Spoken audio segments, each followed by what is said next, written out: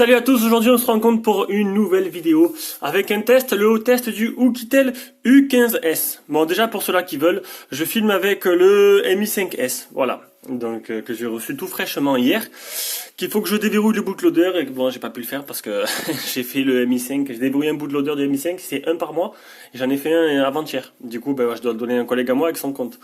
Donc, passons, le Oukitel U15S qui est le dernier haut de gamme de Oukitel, enfin haut de gamme. Enfin, c'est du haut de gamme pour eux et du milieu de gamme pour nous. Donc un smartphone qui vient de la boutique Gearbest que j'ai payé, qui coûte 137 € sur la boutique Gearbest. On va voir directement les caractéristiques. Donc le Oukitel U15S. Donc on a affaire à un écran de 5,5 pouces en Full HD, un processeur 6750T. Octa-core, cadencé 1 Go 5, je le connais pas celui-là. Un Android 6.0 pour le logiciel, 4 Go de RAM, 32 Go de ROM, 13 mégapixels à l'arrière, interpolant 16 et devant 5, interpolant 8. Un capteur de proximité, un capteur d'empreinte digitale qui se trouve ici, deux SIM. Et pour les bandes, c'est toutes bandes françaises, 2G, 3G, 4G. La batterie, alors déjà on va voir, la carte est jusqu'à 128 Go pour une carte SD. Et la batterie, elle fait, on va le voir de suite, 2450. C'est léger, je trouve. On verra ça tout à l'heure. Donc, la caméra principale, c'est une Panasonic MN3453. Et à l'arrière, c'est un Galaxy Core GC 2005. Voilà. Voilà pour les caractéristiques, on passe directement à le design. Le design de l'appareil. Alors honnêtement, quand je l'ai déballé, je me suis dit, bah, et maintenant, franchement, même maintenant, je le kiffe ce téléphone. Un grand écran en 2,5D. Bien noir. Sans bordure sur les côtés, sans rien du tout. L'appareil photo frontal, le haut-parleur de tête, le capteur de proximité se trouve quelque part par là. Là, c'est des boutons qui sont... Il n'y a pas de boutons en fait, c'est des boutons sur l'écran. Ça, c'est bien dommage. On perd de la place, maintenant on peut les cacher. En dessous, on a le port c'est pas type C, c'est micro USB. Le haut-parleur, le réducteur de bruit. Le port SIM, hop, je récupère le petit trombone. Alors, le port SIM, on va voir de suite. Ah, donc j'ai récupéré le petit trombone. Le truc c'est que... Ah, j'ai plus de batterie sur la Mi 5, c'est dommage. Regardez. Donc le trombone, on voit pas très bien. Voilà, le trombone d'origine c'est lui. Et ça c'est le petit. Donc en fait, il faut vraiment sortir le trombone d'origine parce qu'il est... Voilà, le tiroir SIM est plus profond. Et en fait... Ah voilà, j'ai réussi du premier coup. C'est un peu galère au début. Hop, tant pis, la SIM, c'est fini le test. Donc on a... un micro SIM, deux micro SIM ou un micro SIM, non c'est micro SIM ça, ouais un micro SIM, non c'est une carte, un micro SIM, non une nano SIM et micro SIM ou une carte SD, voilà on peut pas avoir les deux, c'est ou l'un ou l'autre. J'espère bien m'être fait comprendre. Allez, hop, et le trombone, il faudrait que je le remette dans la boîte. Donc après on continue. Donc la batterie n'est pas movible, il y a donc deux ports SIM, là les notifications, je sais plus. Ah tiens, bonne question. Bonne question pour la LED de notification. J'ai pas l'impression qu'il y en ait une. Alors il n'y a pas de LED de notification, ça c'est bien dommage. Alors, pour un téléphone de ce prix-là, ne pas mettre de LED de notification, c'est comme une voiture qui n'a pas de clim. C'est vraiment dommage. À l'époque où on vit, quoi. Hein. On continue. Donc carte SD jusqu'à 128 Go, les boutons sont sur l'écran donc pas rétroéclairés. Le poids.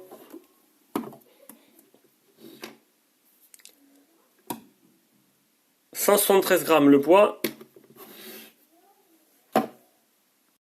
Et les dimensions, je vais directement les prendre les sur Gearbest. 15,1 x 7,6 x 76 mm d'épaisseur. Voilà, ce sera plus simple et plus rapide et on gagnera un peu de temps sur la vidéo. Allez, on passe directement à l'écran. Donc vous l'aurez compris, un design magnifique. J'ai oublié de faire derrière. Donc derrière, on a une coque en métal. Une belle coque en métal, bon là c'est du plastique en haut et en bas pour laisser passer les ondes. On a le capteur d'empreinte qui marche bien, bon pas non plus un monstre mais il marche bien. Et l'appareil photo, donc ça ressemble vraiment à un iPhone 7. Voilà, pour ceux qui ont des iPhones, il est vraiment tout fin. Tout fin, c'est un magnifique smartphone, niveau design franchement ça en jette, franchement il est beau. Allez on passe directement à l'écran. L'écran, donc on a une résolution en Full HD. Et quand je l'ai allumé, la première chose qu'on voit, c'est un écran, franchement, on va essayer de faire une petite mise au point, vraiment un très très bel écran, avec des noirs vraiment profonds. C'est vraiment assez joli, et ça, c'est un truc que dès que je l'ai allumé, j'ai fait waouh, un écran magnifique. Il n'y a rien à dire. Je vais pas je me rabâche peut-être, mais oui, je vais insister sur les qualités de ce smartphone. L'écran, il est somptueux. La réactivité de la dalle, elle est parfaite. Vous n'aurez pas de problème. Ça réagit très bien. Bon, à ce prix-là, j'espère bien, parce que bon, d'habitude, j'ai des problèmes que sur les premiers prix ou les cost, ou avec le clavier SwiftKey. Gorilla Glass, c'est pas précisé. Il n'y a pas l'air d'avoir de traitement Gorilla Glass sur l'écran. On va le voir. Je crois que c'est là-dessus que je vais le voir. L'afficheur IPS, non, il n'y a pas l'air d'avoir un traitement Gorilla Glass dessus.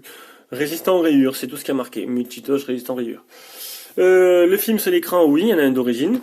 On peut le voir, il est au-dessus, il est posé. Le Miravision. Alors, il est dans affichage. Hop, Miravision. Donc le Miravision, c'est la nuance des couleurs. Plus ou moins foncé. On peut voir la différence un peu. Voilà, vous la voyez bien. Et on va faire l'appli Display Tester, qui se trouve là. Alors, les pixels les fuites de lumière. Je sais bien qu'il fallait que... C'était trop beau pour être vrai, je vais pencher l'écran comme ça le fera mieux. Donc voilà, l'écran est somptueux, il n'y a pas de problème. Les noirs sont bien noirs, il est vachement lumineux. J'ai dû baisser la luminosité, parce que sinon il arrachait un peu les yeux. Et le Mi 5S, c'est vraiment un très bon appareil photo. Niveau qualité, franchement, il flanche pas. J'ai bloqué l'exposition et là, ça se voit. On voit là, le génie de Xiaomi quand même.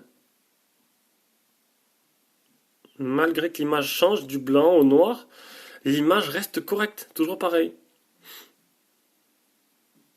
Ah, ce qui m'embête un peu, c'est ces bandes là, la 800 là, qui est très importante pour moi, puisque j'ai Orange et SFR. Et du coup, je me chope pas la 4G et c'est assez agaçant. C'est pas grave. Alors, c'est un 5 touches. Les photos réelles.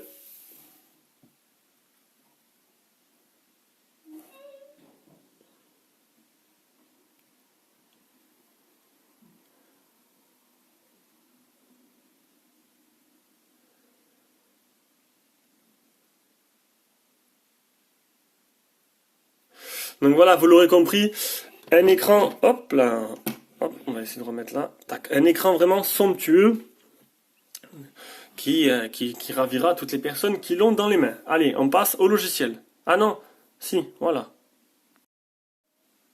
Partie logiciel. Alors, le launcher, c'est une surcouche. Donc la surcouche, c'est, on va le voir de suite, DidoOS. Je crois que ça s'appelle ça comme ça, à propos du téléphone. C'est DidoOS, donc c'est une... Apparemment, il y a un abonné qui m'a dit DidoOS, il y avait déjà sur son téléphone, mais je sais plus quelle marque il avait de téléphone. Donc c'est une surcouche, voilà, basée sur Android, qui est plutôt pas mal foutue. Donc il y a les mises à jour. On a bien les mises à jour du système. Donc là, il est à jour. On a les boutons sur l'écran, donc c'est bien dommage, on peut faire les boutons en bas, surtout qu'il y avait la place. Ça, j'ai pas compris. Donc ils ont un peu remodelé. Donc les icônes sont un peu remodelées à leur sauce. On va voir s'ils ont rajouté des applications tierces un peu. Donc le keyboard, background keyboard, mais ça vous pouvez l'enlever, c'est pas un problème. Non, ils ont mis une économie d'énergie, ça oui. On va tester directement le capteur d'empreinte. Donc le capteur d'empreinte, il faut, bon, j'ai un doigt bizarre, mais il faut, voilà, je mets sur le bout du doigt comme ça pour le déverrouiller. Voilà, vous avez vu? Voilà, donc le capteur d'empreinte, il marche bien dès lors qu'on a compris comment il fonctionne. Qu'il faut mettre le bout du doigt. Si je mets le doigt entier, ça merde un peu. Après, voilà, j'ai eu quelques soucis. Voilà, je tenais à m'excuser, j'ai eu quelques soucis. C'est que j'ai installé Screen Off, l'application que j'installe sur tous les téléphones. Et apparemment, parce que j'avais Screen Off sur le Cubo Cheta, enfin, je l'avais pas au début. Là, ça marchait très bien le capteur. J'ai mis Screen Off et le capteur est merdé en fait. L'écran s'allumait, ça mettait sur dessiner le schéma.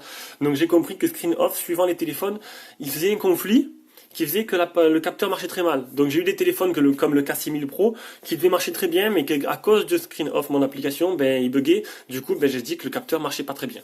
Donc voilà, donc je suis désolé. Certains téléphones, mon avis sur le capteur a été faussé.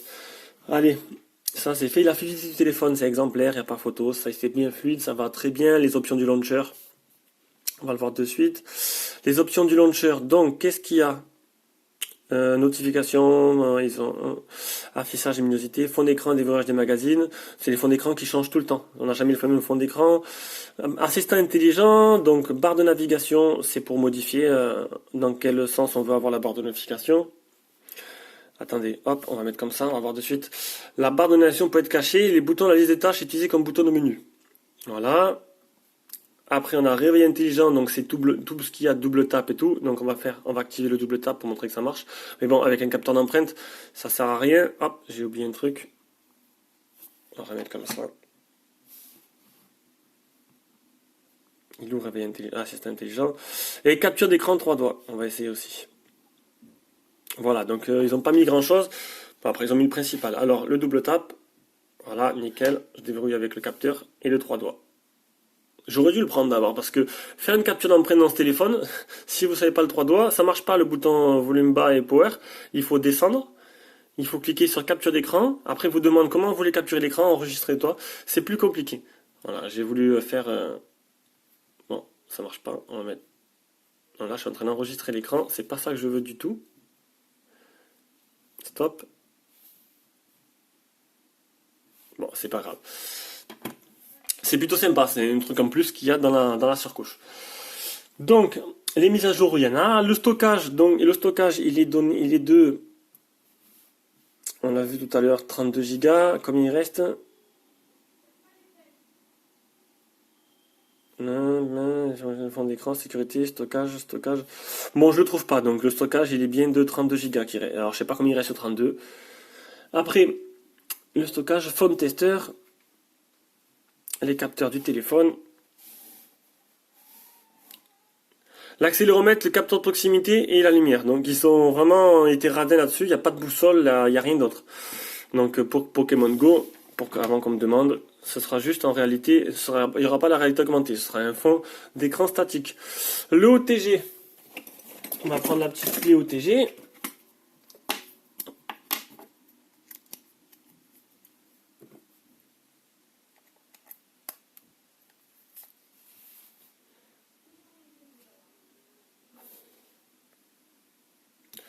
Il n'a pas l'air de faire OTG, encore une option qui manque à ce téléphone, donc il n'y a pas d'OTG. Voilà. Ils ont fait, ils ont mis 4 Go de RAM, mais ils ont fait les radins sur ça et sur certains trucs que vous verrez après. Et on va faire l'analyse anti-malware, donc je l'ai déjà faite, on va voir la capture d'écran. Attendez, parce que je vais voir si je me suis pas loupé, je crois qu'il y a des photos personnelles dessus. Elle est où l'analyse? Ouais, c'est assez compliqué dans les menus. Hop. Donc l'analyse anti-malware qui m'a trouvé 0 malware. Donc voilà, donc c'est une nouveauté. On m'a demandé de le faire. J'ai écouté mon abonné. Je trouve ça plutôt intelligent et sympa. Voilà pour la partie logicielle. Donc c'est un sans faute. C'était plutôt pas mal. On va maintenant passer aux performances. Partie performance avec les benchmarks. Donc le Epic Citadel 38,5 Ultra Quality. C'est correct, c'est pas exceptionnel. Le PC Mark 2885. Pareil, on n'a pas, c'est pas la folie. Après, je reviens en arrière. C'est où? Capture d'écran, super screenshot. Là, multicore, Geekbench 2431. Donc, on est au niveau du 1+1. Donc, vous avez vu, c'est pas non plus. On va pas sauter au plafond, quoi. Celui-là, je l'ai fait. 1000 en compute, 1404. Donc, c'est au niveau du Nexus 7. Au-dessus du S5. 594 en single core, c'est il n'y a pas en dessous, donc c'est très très bas. Et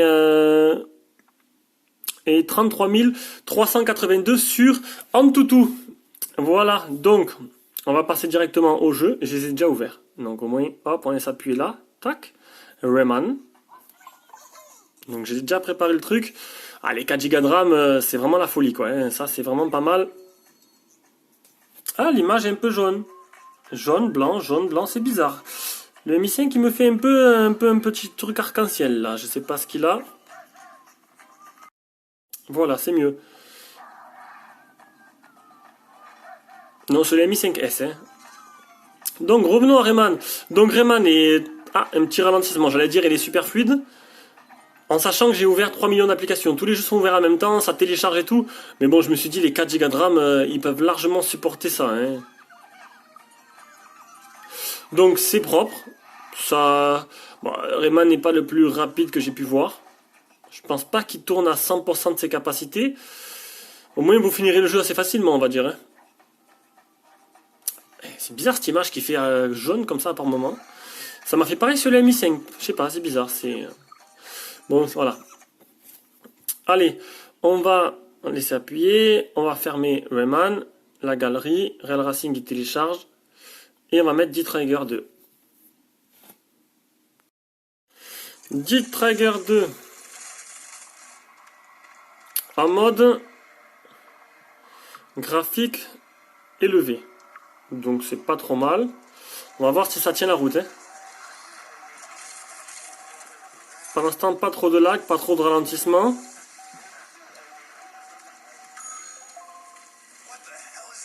L'image est propre. C'est plutôt correct. Ça va leur tirer dans les jambes aujourd'hui, tiens.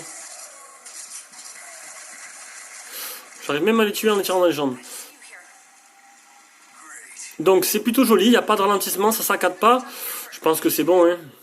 C'était juste un petit aperçu. J'imagine que Real Racing, les 1 Go n'ont pas été encore téléchargés. Non, donc je vais devoir faire une petite pause. Bon allez, le temps que ça télécharge, on va passer directement à la partie photo. On reviendra après. Et je vais gagner du temps. Donc partie photo, donc avec une surcouche assez sympa. On va faire une petite mise au point. Voilà. Une surcouche assez sympa niveau pour le logiciel photo. Moi j'aime bien. J'aime bien quand ils font l'effort de mettre pas mal de menus. Donc le menu panoramique, hop, on slide beauté visage, on slide photo, on slide vidéo. Hop, on va passer d'une photo. On a quelques effets, donc photo prise générale, filtre coloré, avec les filtres en bas, aquatique, sépia, mono, des filtres qui se mettent en directement, c'est plutôt pas mal. Après on a marquage numérique et retour. Voilà, donc en photo HDR. Les menus, ils sont là. Taille de l'image, 16 mégapixels. Le GPS, détection du visage, désactiver le son de la caméra, toucher l'écran pour prendre une photo. Retardateur, détection scène auto, ligne. Franchement, c'est vachement complet. Qualité de la vidéo, mode audio, réducteur de bruit. Franchement, c'est là-dessus. Niveau logiciel, c'est du sans faute. Ça, c'est vraiment bien. Maintenant, voyons voir ce que ça donne. Moi, j'ai déjà ma petite idée. Je l'ai utilisé ce week-end. Je suis parti en week-end. Je suis parti au week-end à Nîmes. C'est une très jolie ville. Et franchement, je l'ai utilisé et on va le voir ensemble. Allez, je vais prendre une petite photo. Déjà, la mise au point, très longue. Très longue la mise au point. Ah, j'ai oublié de faire les photos nocturnes. Je vais aller la faire. Voilà. Donc, voyons voir un peu les échantillons. Donc, j'ai fait des photos de nuit. Nuit complète avec flash. C'est plutôt correct. Le flash a l'air assez homogène. Bon, on voit qu'il manque un peu de puissance. Cette zone est vachement sombre. Là, Donald, plutôt sympa la photo. Assez jolie. Attendez. Voilà. Plutôt sympa, assez jolie. En zoomant, on peut voir que l'appareil photo, il est de très très bonne qualité cet appareil photo. La photo est belle. Ça franchement, pleine lumière, il n'y a pas de problème. Bon, j'ai débloqué l'exposition juste pour pouvoir voir, on va remettre la photo de Donald. Juste le temps de voir bien la photo, de vous montrer, parce que ça faisait un peu clair. Donc Donald, c'est bien. Voilà. Là, ça bouge un peu dans le fond, mais c'est juste surtout pour vous montrer la qualité de la photo, quoi. Après, je rebloquerai. Donc, c'est plutôt pas mal, en fait. Quand le sujet bouge pas, c'est plutôt pas mal. Donc, j'ai fait des... Voilà, donc maintenant, je vais vous montrer un peu. Donc, ça, c'est la photo que je viens de faire. J'ai pris une vidéo, donc vous allez voir un peu. Il y a un petit souci avec la prise de vidéo. Regardez. Et oui, ça saccade énormément.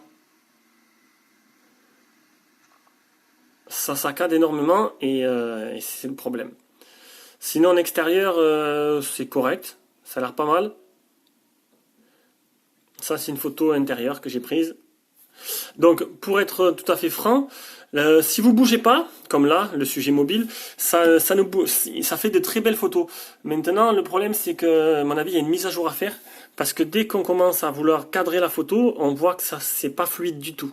Voilà, vous avez vu dans les vidéos, dès que je commence à bouger, ça suit pas. Donc, en plan fixe, l'image est belle, mais j'ai voulu prendre des photos ce week-end avec. Je me suis dit, oulala, à mon avis, il y a une petite mise à jour de prévu là-dessus. Il faudrait que la mise à jour soit faite. Parce que bon, le niveau matériel, il y est, mais niveau logiciel, il manque une petite mise au point. Voilà pour la partie. Ah oui, un petit selfie. Bon, je sors de la salle. Il doit avoir une tête de fou. Un petit selfie. Voilà, je le mettrai. Bon, c'est pas exceptionnel non plus, hein. Donc vous aurez tout ça, tous ces échantillons, je le mets de suite dans la vidéo.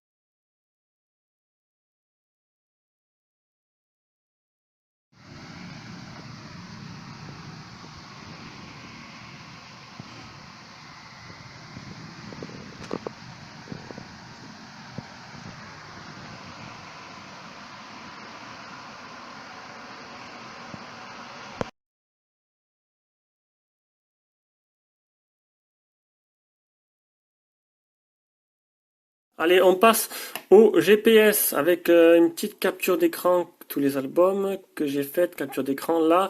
Donc le GPS il marche très bien, même mieux que mien, regardez. 19, 15 fixés, 2 mètres de marge. D'habitude c'est plutôt 3 ou 4, donc 2 c'est vraiment le must. Là-dessus il n'y a pas de souci, il a très bien marché. Donc on va directement continuer avec la partie audio, vidéo, qualité de communication elle est bonne, il n'y a pas de problème, c'est pas... J'ai pas eu la qualité que j'aurais pu avoir sur certains smartphones, franchement, où là c'est du parfait, mais bon, c'est pas trop mal, franchement c'est plutôt pas mal. Maintenant on va mettre une petite vidéo. Alors, Doctor Strange, ça bouge un peu, on refait la mise au point. Est-ce que c'est fini de télécharger? Non, c'est pas fini, 78%. On mettra Real Racing à la fin. Donc, Doctor Strange, donc je suis en Wi-Fi.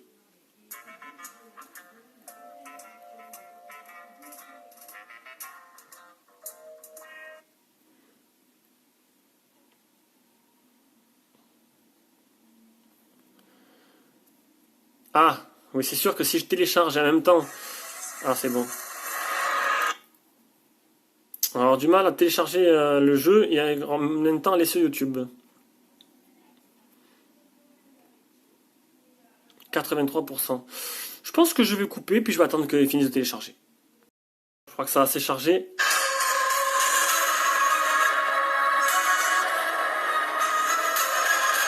N'empruntez pas n'importe quel chemin, Strange. Certains se sont perdus alors qu'ils vous surpassaient. Je suis la souffrance et la mort.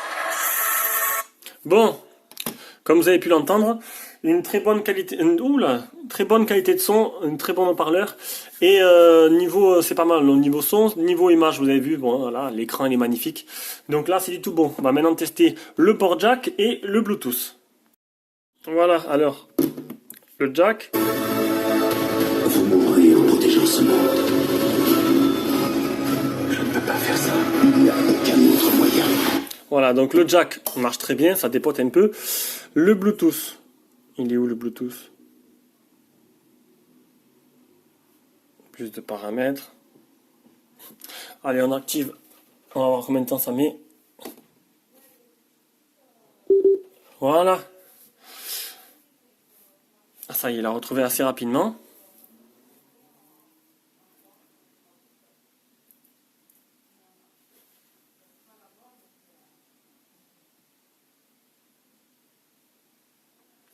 C'est assez long, ça y est, il a trouvé le Bluetooth. Allez.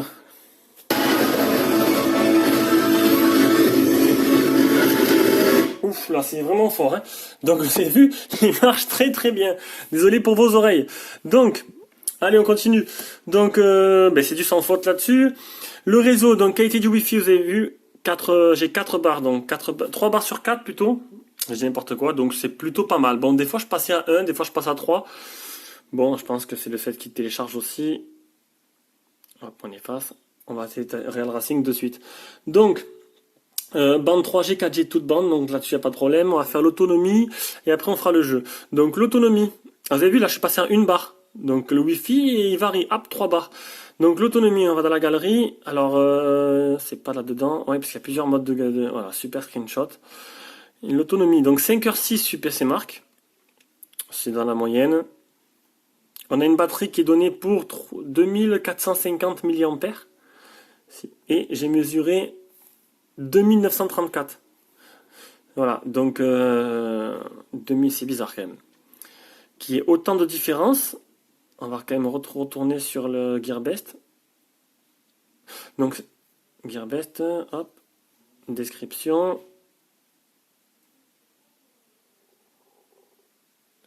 C'est où 2450. Et je trouve 2900. C'est très bien. Ah, c'est plus que bien. 500, ça fait 2 téléphones que j'ai plus que prévu. Et ça, c'est plutôt pas mal, même très très bien. Alors, on continue dans les benchmarks. Donc, j'ai fait PC Mark. J'ai fait... C'est pas là, c'est là. Donc, niveau autonomie, 96% en 12h54. Et là, c'est un peu, on se dit merde. Et je me suis dépêché de faire le capture d'écran, j'étais à 3%. Hein. Il s'est éteint 30 secondes après. Donc, 13h, 96%, c'est pas énorme. J'ai appelé que 14h, j'ai utilisé 2h30 le téléphone. J'ai été, et niveau application, j'ai beaucoup utilisé Chrome et Play Store. Voilà. Donc, c'est pas une autonomie non plus extraordinaire. Je pense qu'elle manque un peu d'optimisation. Voilà, voilà. Et niveau rechargement, j'ai oublié de faire le test de capacité de rechargement. Donc je pense qu'il doit être environ les 1000 ça ne doit pas dépasser les 900 ampères parce qu'il est très long à recharger. Il n'y a pas de charge rapide là-dessus. Hein. Vous mettez bien 3 heures à arriver de 0 à 100% si c'est pas 3h30, 4 heures. C'est vraiment très long à recharger et ça c'est ce qui m'a vraiment énervé parce que des fois quand je l'ai utilisé au début, j'avais des moments où je voulais le recharger un peu, je le mettais une demi-heure, il gagnait 5-6% et même peut-être 10% maximum. Et franchement, c'était vraiment pas beaucoup. Voilà, allez, on passe maintenant au jeu.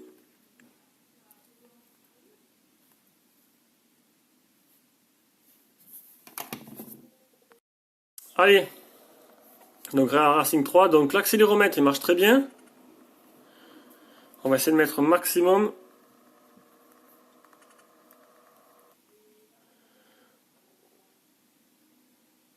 On va monter un peu le son. Bon, je pense qu'il y a un petit bug au niveau du son. Il y a une sorte de réverbération, le son est bizarre. Très très bizarre même. On va l'enlever, ça m'agace d'ailleurs. Oups, on voit plus rien du coup. Alors, niveau du jeu, qu'est-ce que ça donne? Alors, niveau, voilà, bon. Nombre de FPS, ça a l'air correct. Il n'y a pas trop de ralentissement, ça lag pas trop. Les décors derrière, ouais, ça a l'air de bien tourner, ça réagit bien. Ah, et voilà, une petite mise au point un peu mieux. Plutôt pas mal, hein? Plutôt pas mal. Ça tourne pas mal, les effets de particules sont là, c'est plutôt sympa. Voilà, allez. Hop, on passe à là. On fait la mise au point. Et on revient à la conclusion. Donc, conclusion, allez, on reprend point par point. Le design, j'adore. Je surkiffe le design, j'ai adoré. L'écran magnifique. Le logiciel, ça tourne bien. Le niveau performance, c'est pas mal. C'est pas C'est pas mal. Je pense qu'une petite mise à jour peut améliorer et régler les petits défauts mineurs, hein. L'appareil photo, pareil, il manque une mise à jour. C'est la mise au point. Quand le sujet est fixe, c'est très bien. Quand ça bouge un peu trop, c'est dur à faire la photo, c'est plutôt flou. Donc il y a un petit souci à régler là-dessus. Le GPS est très bien, audio-vidéo c'est bon, le son est bon. Tout est bon, même le très bon, même le puissant, très puissant par rapport au dernier test que j'ai fait. Là, on en a pris plein les oreilles. Le réseau, c'est parfait. Et l'autonomie, c'est un peu juste. Donc, c'est bizarre parce que annoncé 2450, presque 3000 mAh, j'ai mesuré. Donc, à mon avis, il y a un petit souci, une petite mise à jour peut-être à faire pour améliorer un peu cette autonomie. 13 heures, c'était un peu light, j'ai trouvé. Pour, euh, pour, euh, pour vraiment 3000 mAh. Donc, conclusion, un très bon smartphone. Il y a des points qui peuvent être arrangés par mise à jour. J'espère qu'ils vont le suivre. Et pour moi, très bon smartphone. Voilà. Donc, je le mettrai sûrement dans mon guide d'achat. J'ai bien aimé. Donc, si vous voulez l'acheter, ben, si vous pouvez passer par mes liens, ça me motivera. Ça me permettra de pouvoir négocier un peu plus avec Gearbest. Bon, vous pouvez passer par Gearbest. Ou si vous trouvez moins cher sur un autre des autres liens, c'est pas grave. Je touche une petite commission à chaque fois. Et si vous avez aimé, mettez un petit pouce. Hein. Si vous aimez pas, les mettez pas. C'est pas très grave. Je fais pas la guerre et la chasse au pouce. Allez, bisous à tous et au prochain test.